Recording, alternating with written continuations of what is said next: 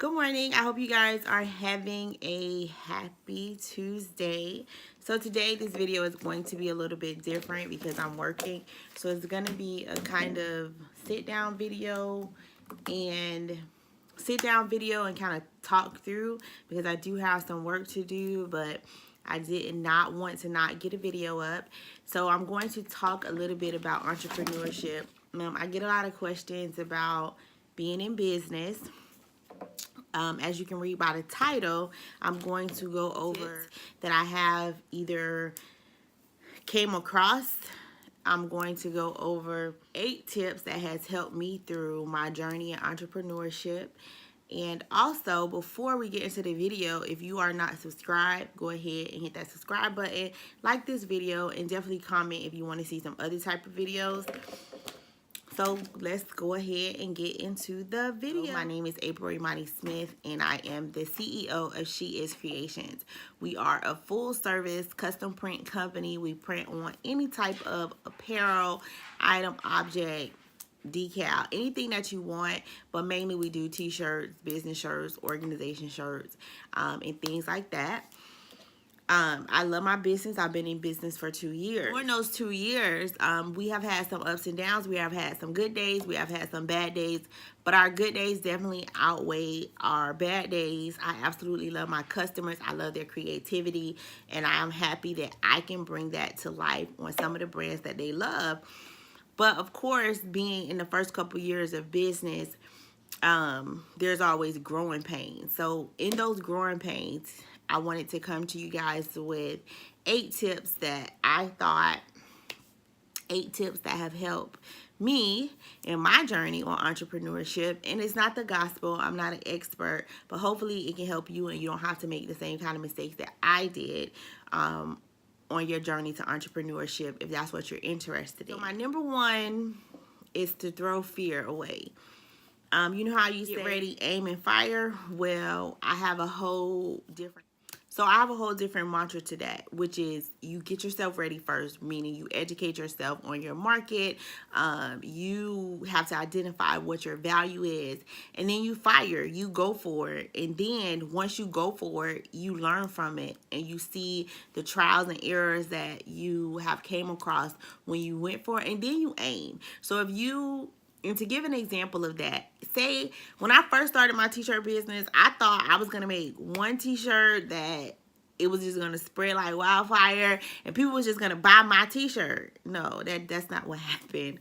I actually have evolved into being a custom print company, bringing my customers' visions to life with their original thought and with things that they want to see on garments.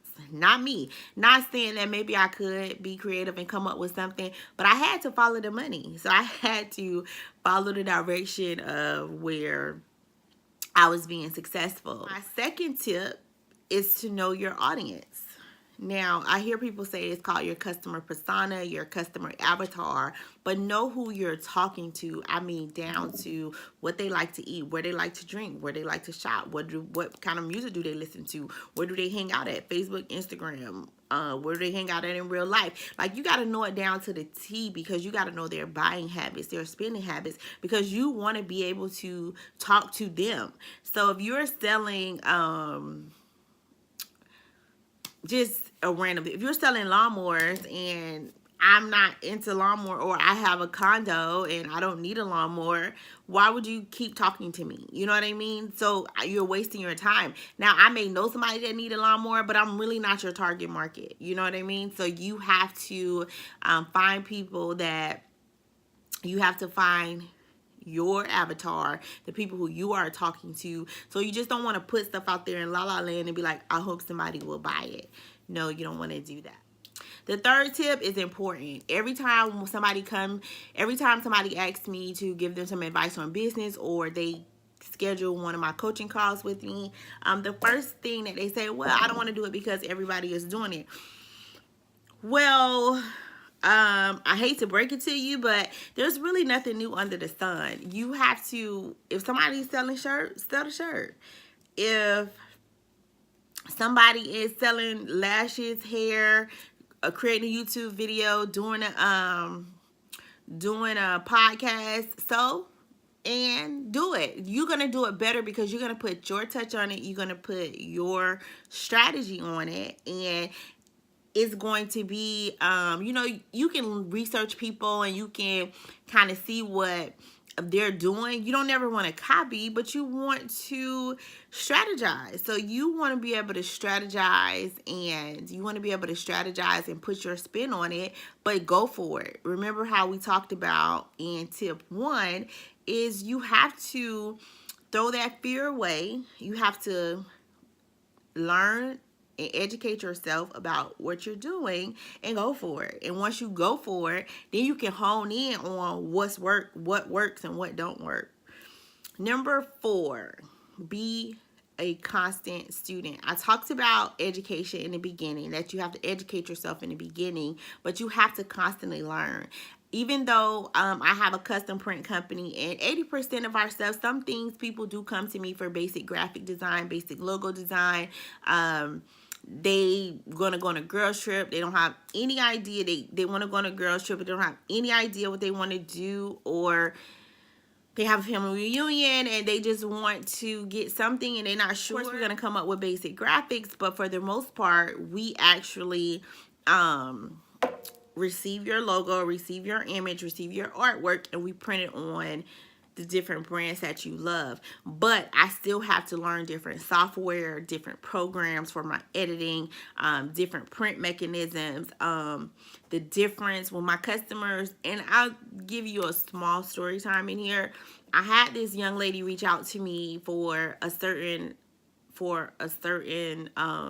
service, and I told her I did not provide that service, but I knew one of the services that I offered was better, or was better than what she asked for. And because I knew she probably was not educated on the subject, and because I did my research and I did my studying and I know the difference and I can compare and contrast and I know the benefits of both, so I actually sent her a short video of me using the service and step by step, and she actually wanted that service more than the one she requested. So if you don't do your homework, and if you're not a constant student in your craft, then how are you going to educate your customers when they come to you and it's something that you don't offer? But could you possibly offer it? But that's why you have to continue to educate yourself in your field. So number 5, you have to self-promote. You have to self-promote. I don't care if you posted 50 pictures of what you do it.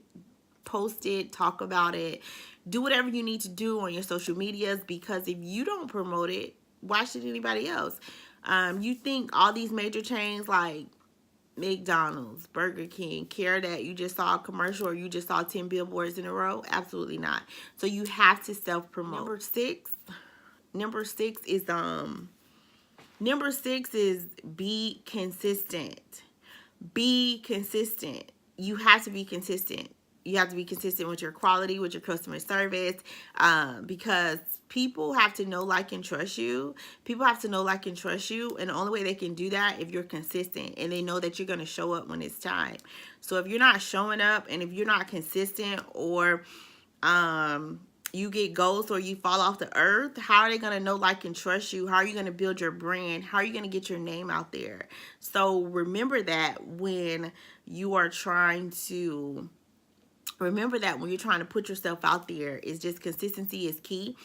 And that's one thing that I struggle with YouTube. With my business is down pat, but with YouTube I struggle with consistency, and I'm trying to definitely get my consistency up with YouTube. But you know, and it's crazy because one of the mantras that I live by is how you do anything is how you do everything. And I say that to say is that I just need to start being consistent in YouTube, because I swear by that. Again, in my coaching calls and when I'm talking to people, I tell them, you know, how you do anything is how you do everything. So remember that.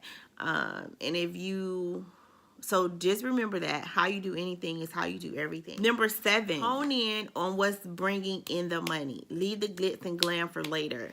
So if you're a big cake baker and you are focused on the pretty packaging, you are focused on the labels and pretty packaging, wrong answer, because that can be nice, but if your product sucks and it's not quality, nobody's gonna want it. So hone in on what's bringing in the money. So I am a t-shirt printer, constantly researching different print mechanisms. I'm constantly researching different type of materials. I'm constantly researching different things that can make my products quality.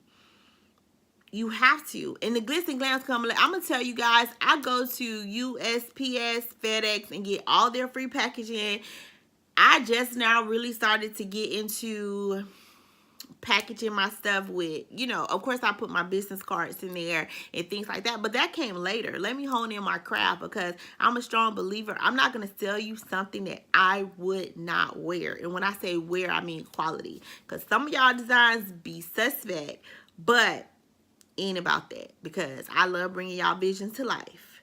But definitely the glitz and glam can come later.